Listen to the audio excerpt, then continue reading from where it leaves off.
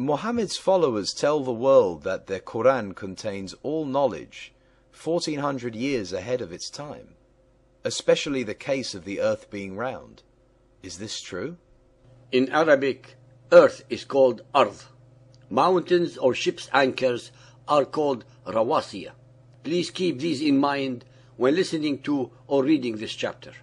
Muhammad and his Quran show incredible contempt and total disregard for facts and truth, even when they are plagiarizing, plundering, and pirating from previously inspired revelations by the Almighty. They invariably pervert and contort what they are stealing to make it look original and different. A few thousands of years ago, the Bible clearly recorded that the earth is round and that it is hung on nothing.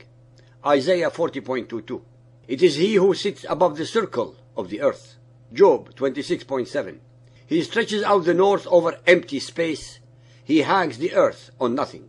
Muhammad taught his followers that just as there are 7 heavens, one above another, plagiarized as usual from the traditions of the Jews, so there are 7 earths, one beneath another, the distance between each of these regions being 500 years' journey.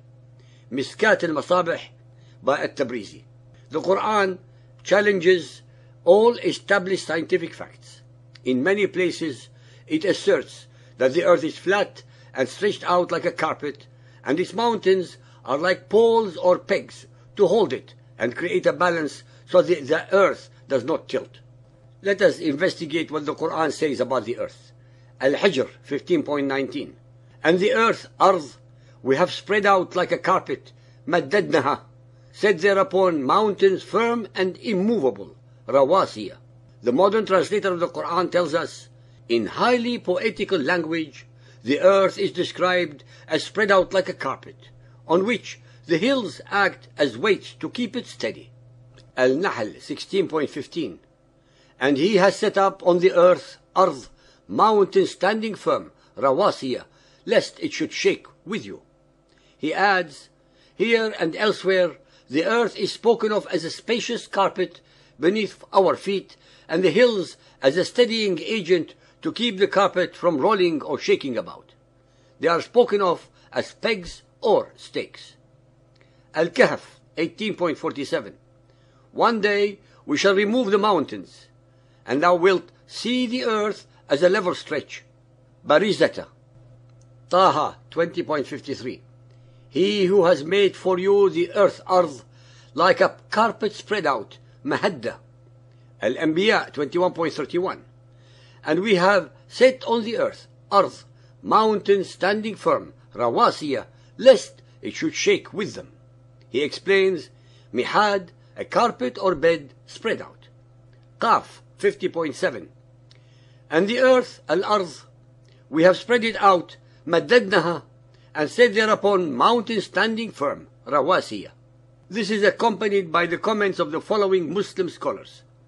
Al-Jalalain, page 437, Baydawi, page 686, Tabari, page 589, and Zamakhshari, part 4, page 381. All of them assure us that if it were not for these unshakable mountains, the earth would slip away. Zamakhshari, the Baydawi, and Jalalain say, Allah has built heaven without pillars, but He placed unshakable mountains on earth lest it tilts with the people. These are the comments of the ancient Muhammadan Muslim scholars, word for word. Al-Naba 78.6. Have we not made the earth as a wide expanse, Mihadda, and the mountains as pegs? What is even more remarkable and most disturbing is the fact that some Saudi scholars wrote a book to disprove the spherical aspect of the earth, and they claimed that it is a myth, agreed with the above-mentioned scholars, and said we must believe the Quran and reject all other statements to the contrary. When dogma is so deeply embedded, logic, reality, and facts are replaced by stupidity, myth, and outright lies. Al-Ghashiyah 88.17. Will they not regard the camels, how they are created, and the earth, how it is spread? Suttihat. On page 509, the Jalalain say, in this phrase, how it is spread, he denotes that the earth is flat. All the scholars of Islamic law agree upon this. It is not round, as the physicists claim. What forced Jalalain to say so? Because the Quran asserts in many chapters that the earth is flat. And no true Muhammadan can ever contradict the Quran in public and live. Muhammadan scholars who agree upon the meaning of this verse believe, as Al-Jalalain state, Allah has founded firm mountains on earth lest it shake people. Pages 270-271. On page 429, Al-Baydawi says, Allah has made firm mountains on earth lest it sway people and quake. He also made heaven as a ceiling and kept it from falling down. Al-Zamakhshari agrees with the above authors and reiterates the same words in Zamakhshari part 3, page 114. It is well known that the Quran proclaims that there are 7 earths, not just one. Al-Jalalain, page 476, Al-Baydawi, page 745, as they interpreted chapter Al-Talaq, 65.12. Allah is He who created 7 firmaments, and of the earth a similar number.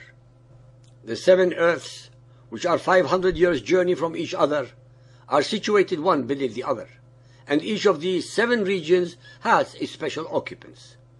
The occupants of the first are men, genii, and animals. The second is occupied by the suffocating wind, which destroyed the infidel tribe of Al-Ad. The third is filled with the stones of hell, mentioned in the Quran, Surah 2.22, 66.6, as the fuel of which is men and stones. The fourth, by the sulfur of hell. The fifth, by the serpents of hell.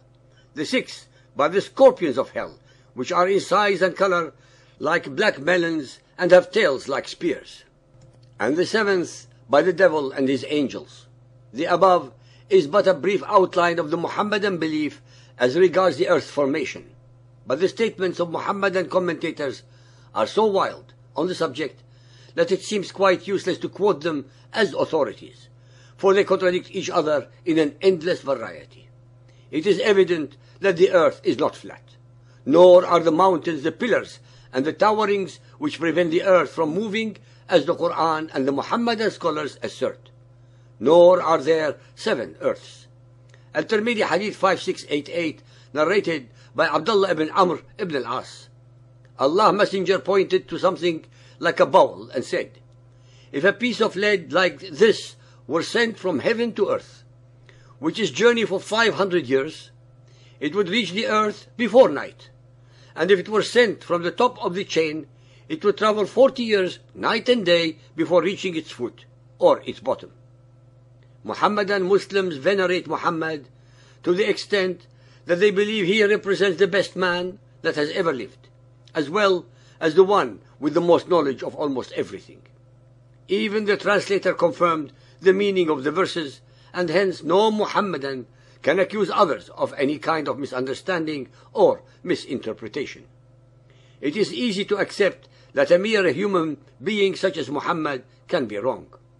It is infinitely more difficult to allow that Gabriel, the messenger of Allah, if Allah is the same as the God of Israel and Jesus, is mistaken. It is blasphemy to think that Allah is wrong if Allah is God.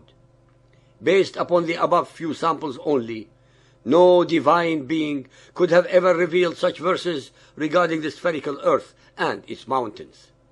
To unravel the riddle of the above anomalies, stupidities, irrationalities, contradictions, and blatant lies, the reader has to come to the one and only rational explanation, that Allah is not the God of Israel, but the name of the supreme pagan rock god of the Kaaba.